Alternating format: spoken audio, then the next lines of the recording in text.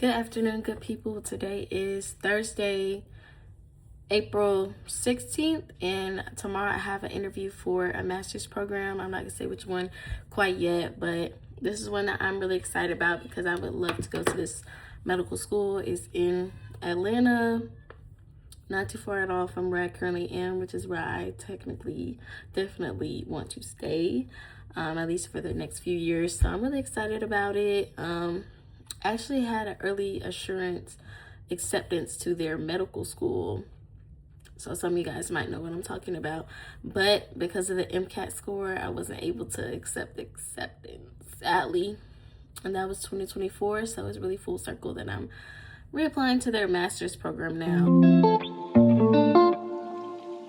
I've been accepted conditionally to the medical school. I feel as though I should definitely be able to get into the master's program. I'm a little bit nervous, but that's giving me like some help, just because even the admissions director, like I've met her multiple times. She said she would be willing to like help me with the process. So I'm excited.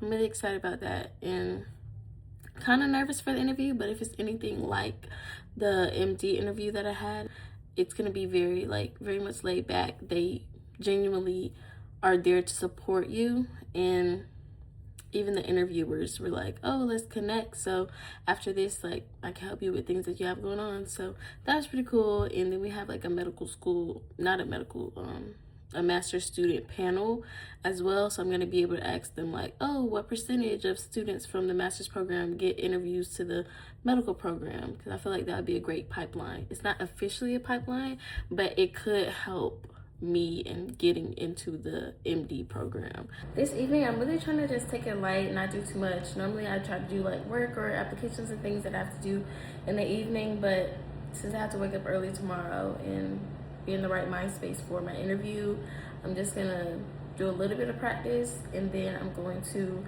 just get ready for bed, have like a self-care night so I could be ready to wake up early. What's a self-care night without a little wine? Like, just to unwind a bit. Today I'm doing the Pacific Fruit Vineyard and Sweet Peach. It's 9%. This is from Aldi. And I like these Aldi wines because they're only like $5 or I think $4. Last time I had the pineapple one, this one's the peach. And I didn't ask for peach, I asked for like mango, I think, and they gave me peach. But I like peach, so. Let's get into how I'm not feeling great, and I literally was healthy yesterday. Me and my boyfriend went to walk like the track, and when I came back like an hour or two later, I started feeling like stuffy, not even stuffy, but like my nasal passage is inflamed.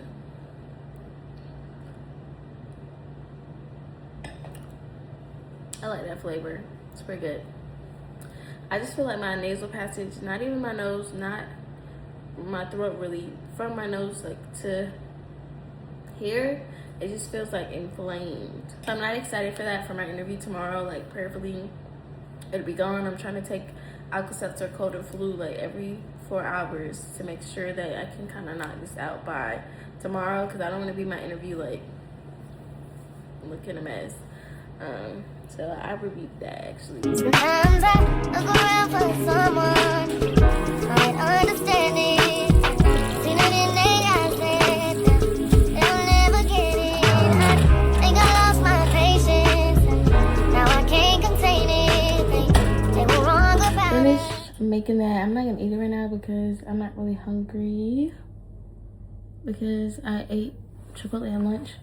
But what I am gonna do is prep for my interview by just going over like my research that I've done and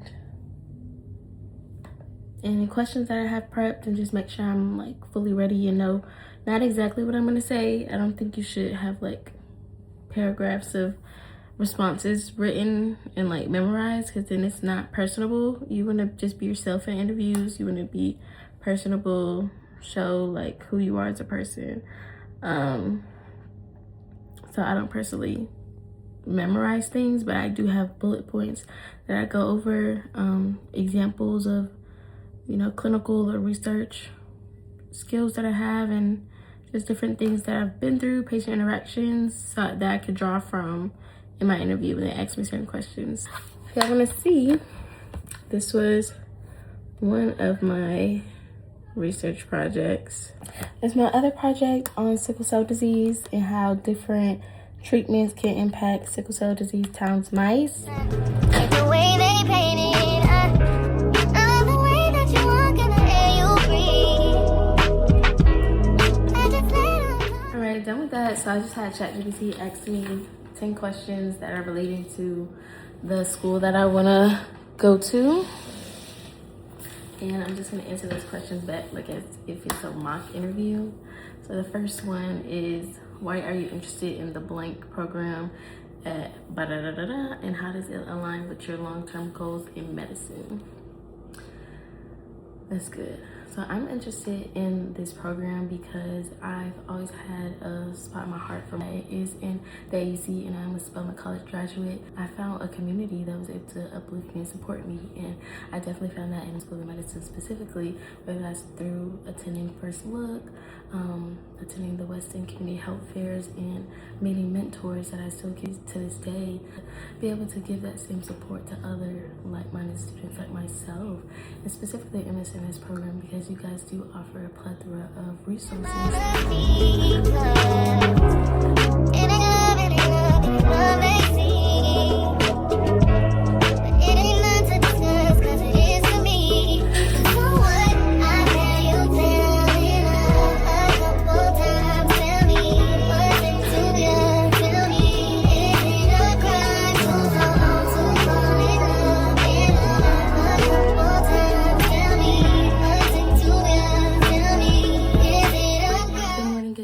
It's currently 7:45 a.m. I've been up since like about 7:15 to 7:30, and I am still feeling a little bit under the weather.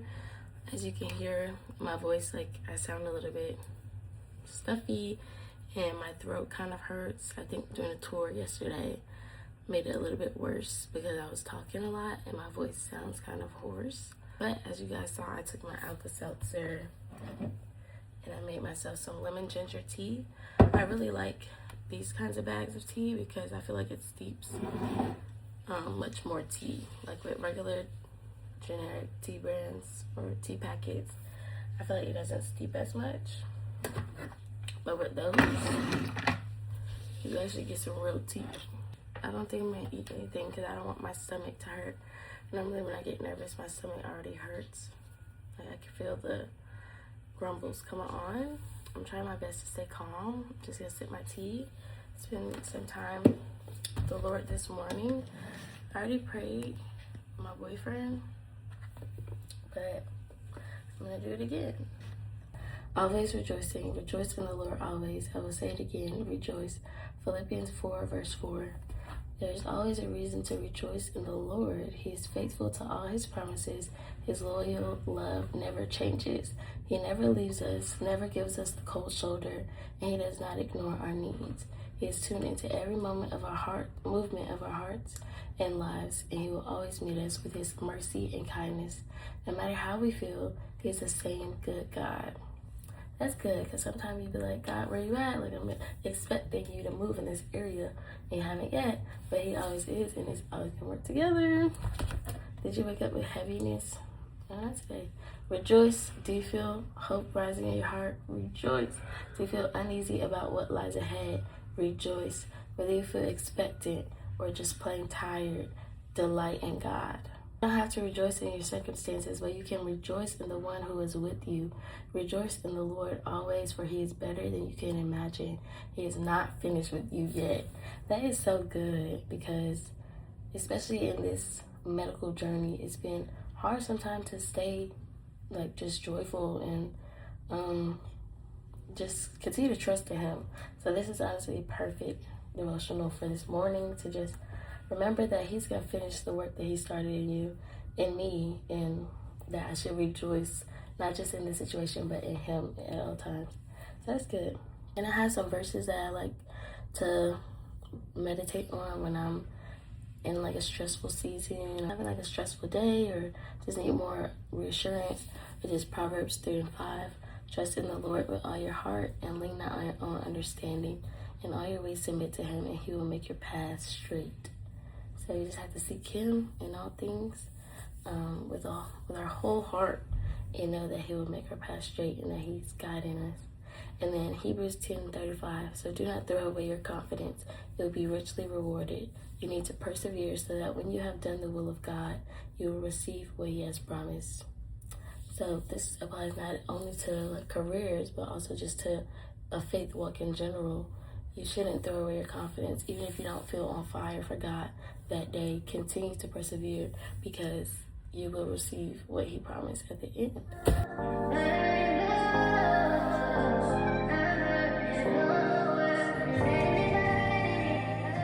I got that blue fever, cold as ice till you can't be up. You're like another fire-breathing creature, but it don't burn how it appears. It's true, you could make me melt, but don't you forget it. If the person you felt forever do for reasons, it's only because you ain't here. Alright guys, it is in fact 8:58. The interview is at 9, so I'm joining the Zoom room now. I'm going no glasses so they can see my pretty face because I don't really need them to see close up. I have TMI, but I have had to poop twice. So prayerfully when I actually start the interview, like my stomach will calm down.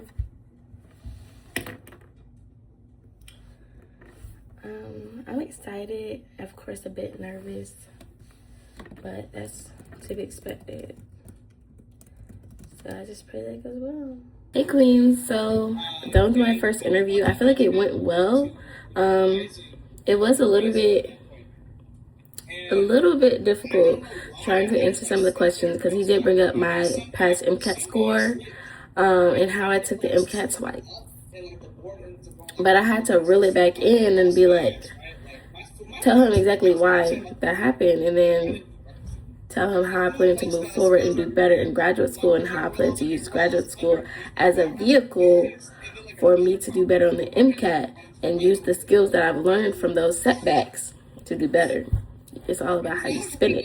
And then he also asked, he was looking at my transcript, and he also asked what was the hardest class, I think, what was like one of the hardest classes you took, and why do you feel like it was so hard? I talked about Orgo because I did get a C in Orgo, and I'm pretty sure he saw that. But I was like, oh yeah, I never experienced like having to learn that much information at one time, but I know medical school is like that. So in the future, like throughout this master's program, I want to really solidify my skills to be prepared for medical school. I know that from that class, I learned that going into it, I have to have a different approach. I'm going to be going to office hours with professors, study groups, doing spaced repetition, flashcards, and it's really true. Like, I am going to do that because I need to make sure I'm passing this class and trying to graduate with that 4.0 GPA. But I had to like reel it back in and let them know, like, don't play. Like, I might have got a C in Orgo, but I'm never going to get a C again if you let me in your program. Next 5 minutes, we're going to go into the current master students Q&A. So, have my Spelman alum mug with my Red Bull. You can still hear that I'm a bit stuffy, but I'm excited going to the next interview. I hope it's a woman because I love a good woman interviewer. I felt pretty comfortable with my first interviewer. He was African. He was pretty nice. He had a PhD. We talked about his research. It was actually interesting about chlamydia and how if you get chlamydia, apparently like early in the morning, you can be more susceptible and you can have more pathogenesis than if you get it in like the evening. So I got his name down. I might low-key reach out to him to see if he's accepted any researchers because I need my third research, but really fourth research project under my belt. Done with my interview process. Oh my gosh, that was honestly really interesting. It was from 9 to 1:30. It went over like a few minutes, but for the most part, for the HBCU, they were very timely. I'm really excited about that, and it really just solidified that I want to go to this school. It's my top choice for sure. And I was just telling my boyfriend, like, every time when I I was just telling my boyfriend, like, I've envisioned myself at this school for so long and just, you know, continue to be around the faculty members, the staff, the students. It just reignites that fire to go there. And I know that the Lord wants to do great things with me there specifically. So I'm just thankful for this opportunity, because I was very hesitant to do the 2-year program, because the way they do it is like based on your stats. If you do 1 year or 2-year program, and I definitely need to work on my MCAT score, so I would be most likely placed into the 2-year program. And I was like, you know, maybe it's not God's will. Like, maybe, you know, I shouldn't go to this school because I would have to do the 2-year program. But they really just reassured me that that would be the best thing for me personally, because like if I wanted to do the 1-year program and apply to matriculate into medical school 2027, yeah, I would have to study for the MCAT and take it this summer, by this summer. And I'm like, I'm in no space to do that. I have a lot more to learn, and just having the capacity to do it right now, I just don't. And honestly, lacking confidence in that area, because it's going to be my 3rd time taking the MCAT. It's just, someone's walking on a roof over there. That's weird. But, you know, it is hard for me to say that it is going to be my 3rd time taking the MCAT, but that's why I'm trying to be like open and just transparent about my journey, because I know the good Lord has a plan to make sure that this 3rd time is perfectly the last time, and to make sure that I become Dr. Jones, or Dr. my man's last name. So I'm really just excited about what the Lord is doing, and just having that time to really dedicate to relearning some topics and learning in depth for the first time some topics, prepare for medical school so I can be ready for the rigor of medical school, ready to retake the MCAT and hopefully prayerfully get like at least 510 plus. I feel like the 2-year program is best suited for me, and before today, or before a few weeks ago, I would not have been saying that. But if I looked at myself a year ago, I would not be saying that, because I've always been like quick. Like, I thought straight out of undergrad, I was gonna go to medical school and be halfway on my way to being a doctor by now, but that just wasn't God's plan, and that's okay. But I realized that I have to slow down, because if I'm just trying to rush everything, I'm not doing anything fully. I'm not seeing it to completion if I'm rushing it. So even though I didn't want to do the 2-year program initially, I do believe now that it's the best option for me, because it'll give me time to develop in all the areas, whether that's studying for the MCAT, preparing for the rigor of medical school, getting more clinical hours, getting more research hours, mentorship, shadowing, community service. It's allowing me to check all those boxes to completion, because I have all those things. But in order to get into a bunch of medical schools and have the pick of the litter like I want to have, like my goal for this year in this master's is to become undeniable, to grow in all of these areas, so that from the time of undergrad to the time I graduate my master's, I'll be like a completely different person, have a upgraded resume, even higher GPA. I graduated cum laude, but I want to continue to grow my GPA, continue to get more clinical hours, continue to get more shadow hours, so that by the time I finally get that MCAT score up, schools are going to be knocking down my door, simply because I'm that girl, which I already am, but I'm just going to grow even more throughout this master's, and I feel like doing the 2-year track is the way to go. So I'm really excited. They said they're going to get back to me within like 2 to 3 weeks. I wish it was sooner, because when I interviewed at another school, they let me know actually that day. I guess they really, really loved me, because they didn't even send the official offer letter that same day. They just sent an email saying, hey, Destiny, this is a follow-up. We just want to let you know that we really enjoyed the interview, and we're going to offer you acceptance. Like, we're going to send you the letter soon. I was like, okay. And that's not the first time that's happened to me. It's been multiple occasions where I did an interview that day and they got back to me that day. So I always say, like, on paper, like, if you just got my MCAT score, but like, if you talk to me, you're gonna see we're here. So I love having interviews. They are nerve-wracking, but I get to showcase my personality and to show them like I'm really, yeah. So you gotta wait, but it's gonna be all in the good Lord's timing, because as we know, He has a plan to prosper and not to harm us, to give us hope in the future. So that's exactly what he's doing. And I'm thankful to finally be seeing like a light at the end of the tunnel. Even though we're nowhere near the end of the tunnel, I know that great things are happening. So I'm just so thankful to Jesus that things are starting to fall into place. I'm really excited. And I just pray that I get my acceptance if it's according to his will. So now they did say we had to live at like a specific apartment for the first year. But if you live within, I think, 30 miles of the school, you don't have to live at that apartment. So I'm going to tour some apartments today and probably decide. It's really between 2 apartments. I'm not going to show much just because I'm likely going to live at one of these apartments. But I might show you guys just a little bit. So let's do it. Done with the other apartment. It was actually very nice. I'm gonna insert like I think a few clips real quick. But this next one is super cute. They have a nice pool, nice fitness area. We're just waiting to start the tour now, but I saw on the screen they have a free Pilates class. Oh yeah, I will be all up and down those events. Trust. Yes, I love a good post-workout selfie. It's cute though. Got a little view of the outline. Closet. It's a nice closet. I like the counter space. Nice bathroom, bathtub. Cute.